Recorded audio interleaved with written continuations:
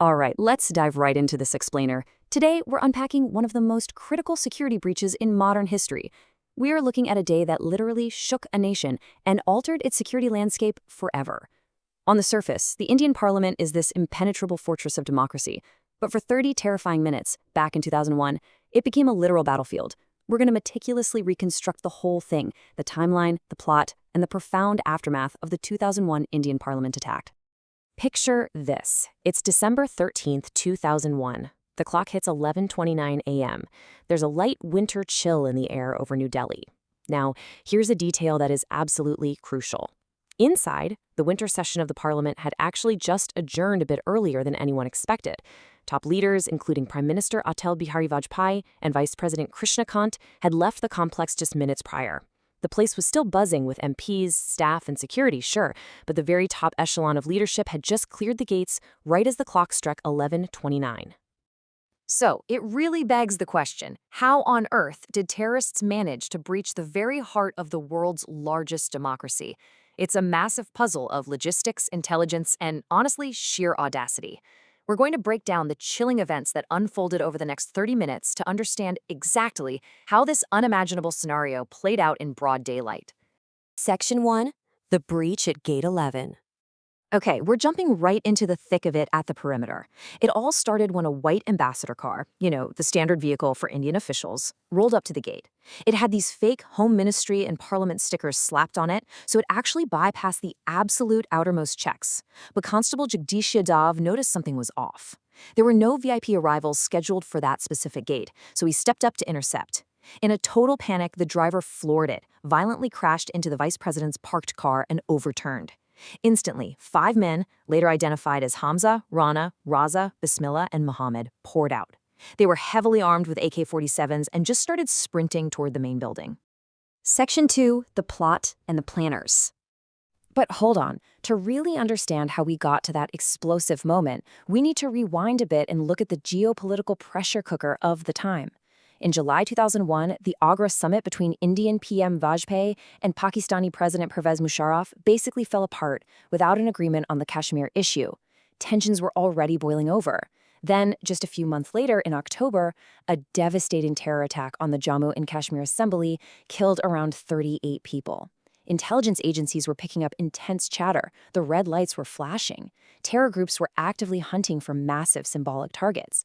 So this wasn't an isolated event, right? It was the climax of a deeply volatile year. So who actually put the plan into motion? Behind the cross-border terror groups Jaish-e-Mohammed and Lashkar-e-Taiba was a highly organized local network. Mohammad Afzal Guru was really the linchpin here. He was formerly with the Jammu Kashmir Liberation Front before surrendering, but he'd secretly rejoined the network. He arranged the safe house in Delhi, managed the weapons, and this is key, he's the one who bought that white ambassador car and the fake stickers. Then you had Sar Gilani, a Delhi University lecturer who provided vital intelligence. And finally, Shaukat Hussain, a relative of Afzal's, and his wife Afsan Guru. They were the ones instrumental in mapping out the parliament's layout so the attackers knew exactly where to go once inside. Section 3. 30 Minutes of Terror. All right, with that context in mind, let's snap back to that courtyard at 11:29 a.m. The conspirators' plan was to strike while Parliament was in session to target the absolute maximum number of leaders. As those 5 men rushed out of the crash car, they didn't hesitate. They opened indiscriminate fire with their AK-47s, turning a symbol of democracy into a literal war zone. Inside, it was pure chaos. Staff, journalists, remaining MPs, everyone was scrambling for cover. But the security forces, specifically the Delhi police and the CRPF, they held their ground. They instantly returned fire and threw up a defensive line. Ultimately, all 5 attackers were completely neutralized before they could even reach the main doors, preventing what would have been a massacre of unimaginable proportions. But, that incredible defense, it came at a devastating price. 9. That number represents the tragic human cost of those 30 minutes. 9 individuals laid down their lives to protect the institution. That includes 8 security personnel and 1 parliament gardener who were caught in the crossfire and made the ultimate sacrifice. Plus, dozens more were grievously injured.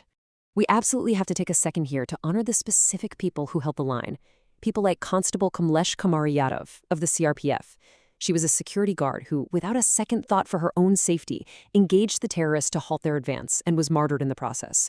And of course, Constable Jagdish Yadav. His initial suspicion and brave attempt to intercept that white car completely derailed the terrorists' element of surprise. Their absolute courage is exactly what kept the heart of the democracy beating that day.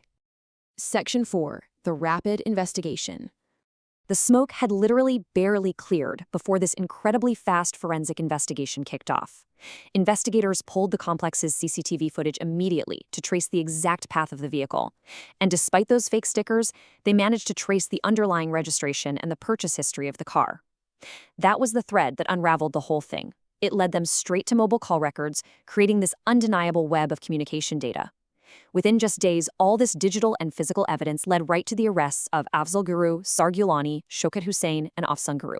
The sheer speed of this investigation was nothing short of a masterclass. Section 5. The Brink of War. Capturing those local conspirators exposed something much bigger and, honestly, terrifying. This was a coordinated cross-border attack. That realization sent absolute shockwaves through the entire region. In response, the Indian government, led by PM Vajpayee and Home Minister L.K. Advani, launched Operation Parakram.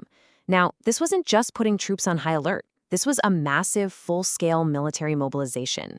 India pushed its armed forces to the border, and Pakistan responded right back.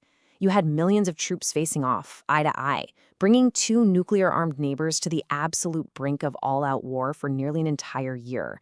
It took immense international pressure to finally de-escalate and pull both nations back from the edge. Section 6. Justice and Security Legacy. As things eventually cooled down at the border, the fight for accountability shifted to the courts. Initially, back in 2002, a special court handed down death sentences to Afzal, Shaukat, and Gilani. But the judicial process was incredibly rigorous. Sar Gilani was actually later fully acquitted by the High Court. Afsan Guru saw her sentence reduced to 5 years. But for Mohammad Afzal Guru, the Supreme Court upheld the death penalty, recognizing his absolutely central role in making the attack happen.